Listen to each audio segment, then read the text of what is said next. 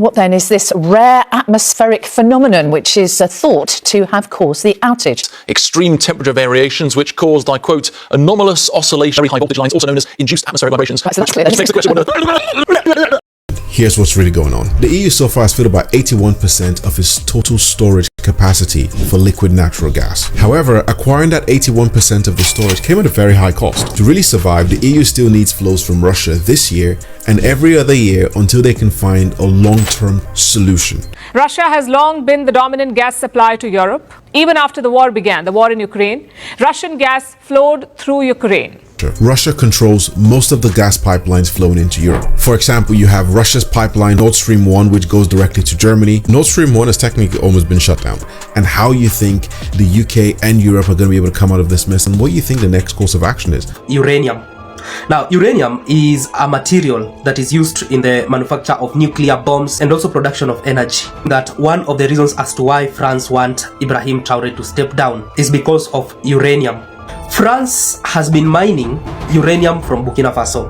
The people of Burkina Faso, the people of Niger and Mali came together and formed an alliance, and they said enough is enough. And what do you think the next course of action is? Former French President Jacques Chirac once said, France would become a third world country without Africa. Oh shit. For decades, France relied on Africa as its economic backbone, extracting wealth while maintaining geopolitical leverage over the continent. The loss has been so painful that Air France wants to return to the Sahel region. And what do you think the next course of action is? So what desperate actions France is making for an immediate return to Burkina Faso, Mali and Niger?